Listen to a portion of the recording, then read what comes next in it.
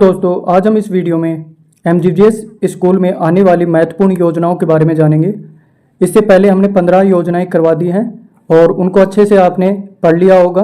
काफ़ी बच्चे कमेंट कर रहे थे और भी योजनाएं लेके आए, तो हमने अभी स्टार्ट की है और 5 योजनाएं, जैसे 16 से स्टार्ट कर रहे हैं। ट्रांसपोर्ट वाउचर योजना, यह योजना आरटी एक्ट 2009 की अनुपालना में लागू की गई थी। अब ये पूछ सकते हैं कि ट्रांसपोर्ट वाउचर योजना कौन सा एक्ट से लागू की गई। ये RT act, right to education act 2009, अर्थात राजस्थान आरटी नियम 2011 के नियम 7(4) के अनुपालना में निःशुल्क परिवहन उपलब्ध करवाया जाएगा। ठीक है, लाभार्थी कौन कौन हो सकते हैं इसका? कक्षा 1 से 5 तक के बच्चे जो 1 किलोमीटर की अधिक दूरी से आते हों, और कक्षा 6 से 8 तक के बच्चे जो 2 किलोमीटर की अधिक दूरी से आते हों, और तीसरा है कक्षा 9 से 12 तक की ग्रामीण क्षेत्र की बालिकाएं जो 5 किलोमीटर अधिक दूरी से आती हों, जिन्हें साइकिल योजना का लाभ न मिला हो। चौथा देखिए, ग्रामीण क्षेत्र के राजकीय विद्यालयों में वांछित संकाय विषय उपलब्ध न होने पर निकटवर्ती शहरी क्षेत्र के विद्यालयों में अध्ययनरत कक्षा 11 और 12 की बालिकाएं जो 5 किलोमीटर की अधिक दूरी से आती हों।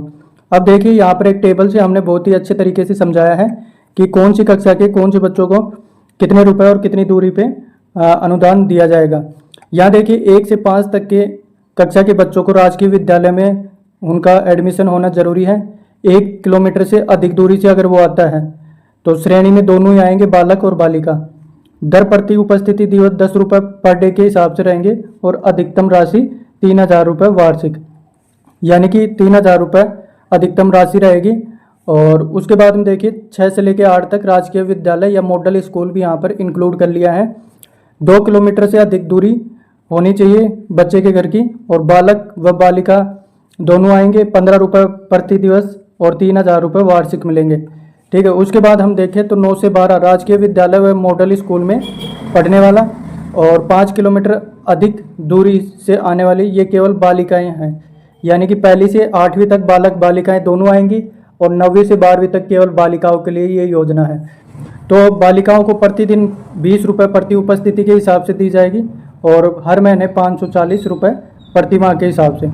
11वीं और 12वीं में अगर 11वीं से 12वीं तक राजकीय विद्यालय में पढ़ने वाली बालिकाएं जो कि ग्रामीण क्षेत्र में वांछित संकाय नहीं होने पर 5 किलोमीटर से अधिक दूरी पर शहरी स्कूल में जाती हैं, तो उन बालिकाओं को 20 रुपये प्रति दिवस दिया जाएगा और महीने में हाईएस्ट 540 रुपये प्रति माह दे सकते हैं। तो आपको समझ में आया होगा, ये बहुत इंपॉर्टेंट टेबल है, इसमें से एक क्वेश्चन पक्का आएगा। यहाँ देखिए 17, राजस्थान निःशुल्क यूनिफॉर्म वितरण योजना, इसका प्रारंभ हुआ 29 नवंबर 2022 को। प्रावधान है कक्षा 1 से 8 तक के राजकीय विद्यालय के विद्यार्थियों को निःशुल्क यूनिफॉर्म के 2 सेट प्रदान करना, यानी कि उनको 2 सेट दिए जाएंगे निःशुल्क यूनिफॉर्म के, और 29 नवंबर 2022 से ये स्टार्ट हुई। यूनिफॉर्म की सिलाई राशि 200 + 200 यानी कि कुल 400 हो गई, क्योंकि 2 सेट प्रदान किए जा रहे हैं तो इसलिए 400 रुपये उनको दिए जाएंगे। 18वां देखिए, national means cum merit scholarship NMMS, तो इसका प्रारंभ हुआ 2008 में। संचालन स्कूल शिक्षा एवं साक्षरता विभाग भारत सरकार द्वारा किया जाता है। राजस्थान में नोडल एजेंसी RSCRT है और पात्रता इसकी है राजकीय विद्यालयों में कक्षा 8 में अध्ययनरत विद्यार्थी जिनके माता पिता की वार्षिक आय 3.50 लाख यानी कि 3.5 लाख रुपए से अधिक नहीं होनी चाहिए, NMMS के लिए पात्र होगा। कक्षा 11 और 12 के लिए 10वीं में 60% से अधिक अंक होने चाहिए, यानी कि आप देखिए तो 11वीं और 12वीं बच्चे के लिए भी ये NMMS है। लाभ लेने वाले कक्षा 9 से 12 तक के प्रत्येक वर्ष 12,000 विद्यार्थी को देय होंगे, यानी महीने के 1000 रुपये और प्रति वर्ष के हिसाब से यहाँ पर दिए जाएंगे 12,000 रुपये। ठीक है, उसके बाद में आती है 19वीं स्टार्स योजना। यहाँ देखिए, एक स्टार योजना और एक स्टार्स योजना है। स्टार्स की फुल फॉर्म है strengthening teaching learning and result for states. ठीक है, इसका प्रारंभ 16 अक्टूबर 2020 को किया गया और कार्यान्वित ये किसके द्वारा की जाती है? स्कूल शिक्षा एवं साक्षरता विभाग, शिक्षा मंत्रालय द्वारा। इस योजना के तहत भारतीय स्कूल शिक्षा प्रणाली में शिक्षा गुणवत्ता में सुधार हेतु परख नामक एक राष्ट्रीय मूल्यांकन केंद्र स्थापित किया गया है। यानी कि हम कहें तो किस योजना के तहत परख एक राष्ट्रीय मूल्यांकन केंद्र स्थापित किया गया है, वो है स्टार्स के द्वारा। अब परख की फुल फॉर्म क्या आएगी? Performance assessment review and analysis of knowledge for holistic development. ठीक है, यह विश्व बैंक के सहयोग से केंद्र प्रायोजित योजना है। इसमें वित्त पोषण का अनुपात विश्व बैंक द्वारा 15% और केंद्र सरकार द्वारा 53% इसमें हिस्सेदारी है और राज्य सरकार द्वारा 32%। तो ये हिस्सेदारी पूछ सकते हैं कि इसका सहयोगी कौन है। स्टार्स प्रोजेक्ट का विश्व बैंक के सहयोग से ये चलाई जाती है।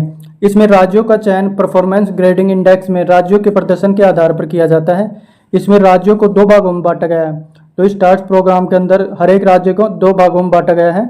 लाइट हाउस राज्य केरल, राजस्थान, हिमाचल प्रदेश, ठीक है। और दूसरा है लर्निंग राज्य उड़ीसा, मध्य प्रदेश और महाराष्ट्र। यानी कि लाइट हाउस ऊपर की साइड और लर्निंग है नीचे की साइड। उपयुक्त 6 राज्यों में यह योजना पायलट प्रोजेक्ट के रूप में शुरू की गई है। इसे राष्ट्रीय शिक्षा नीति 2020 के लिए लॉन्च व्हीकल के रूप में जाना जाता है।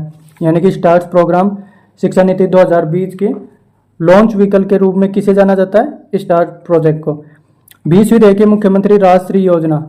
इसमें प्रारंभ करने की दिनांक है 1 जून 2016। पुराना नाम है मुख्यमंत्री शुभलक्ष्मी योजना।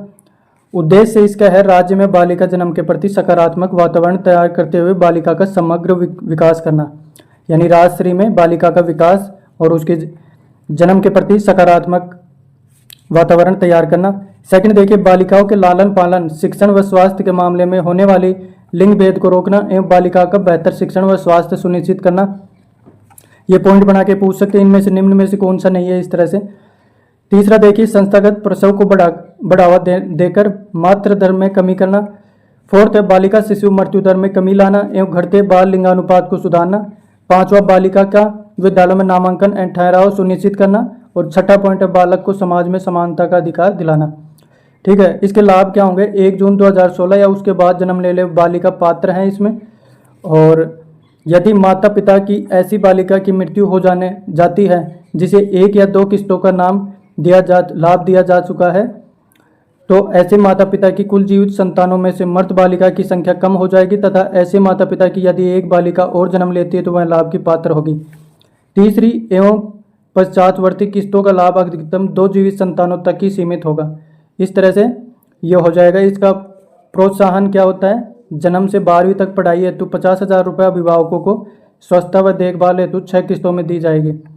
पहली किस्त रहेगी इसमें राशि और किस्त मिलने का समय रहेगा। पहली किस्त 2500 रुपये की रहेगी बेटी के जन्म पर। दूसरी किस्त 2500 रुपये की 1 वर्ष सभी आवश्यक टीके लगाने पर। तीसरी किस्त 4000 रुपये राजकीय विद्यालयों में पहली कक्षा में प्रवेश के बाद। और चौथी किस्त रहेगी 5000 छठी कक्षा में प्रवेश पर। पाँचवीं किस्त रहेगी 11,000 रुपये 10वीं कक्षा उत्तीर्ण करने पर। और छठी 25,000 रुपये 12वीं कक्षा उत्तीर्ण करने पर। इस तरह से 50,000 कुल राशि दी जाएगी। तो बच्चों वीडियो कैसे लगा ज़रूर बताएं। और हम एक मैराथन लाने वाले हैं जिसमें सभी योजनाएं एक साथ होंगी। तो हमारे